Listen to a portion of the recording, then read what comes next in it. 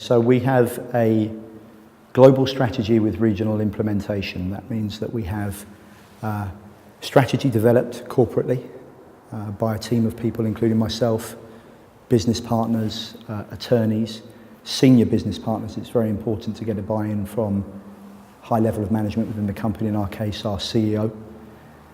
The strategy that we adopt is a strategy of many pillars.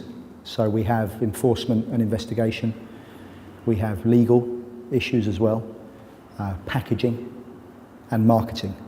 And we combine those strategies together to make sure that we are addressing counterfeiting at the appropriate level and using a whole different range of tools possible to do that.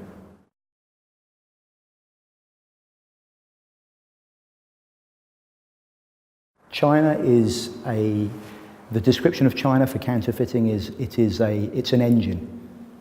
It drives counterfeiting throughout the world. When you sit down and talk to people about counterfeiting, the word China is often mentioned. Now that doesn't mean that China in itself is the sole problem to counterfeiting, it isn't. But when you look at the global distribution of counterfeits, they can often be traced back to manufacture within China. And in fact what we've seen is due to effective enforcement by the Chinese government that Chinese nationals are actually moving their counterfeiting operations overseas.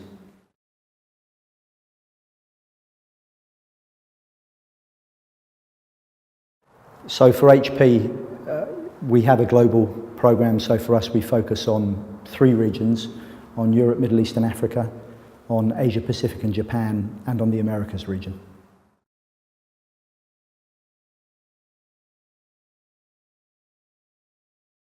Education is probably the most important part of any anti-counterfeiting program. You need to educate people within your own organisation and company as to the threat that is posed through counterfeits, and then you also need to educate governments about the threat to revenue that is created by counterfeits, the loss of taxes and employment, and then finally and most importantly, you have to educate the consumer to be able to purchase appropriately from the proper location to ensure that they get what they believe they're buying, which is a genuine item.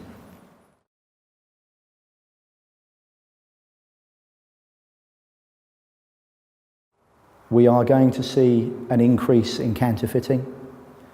The International Chamber of Commerce have predicted that by 2015, global counterfeiting will be worth $1.77 trillion.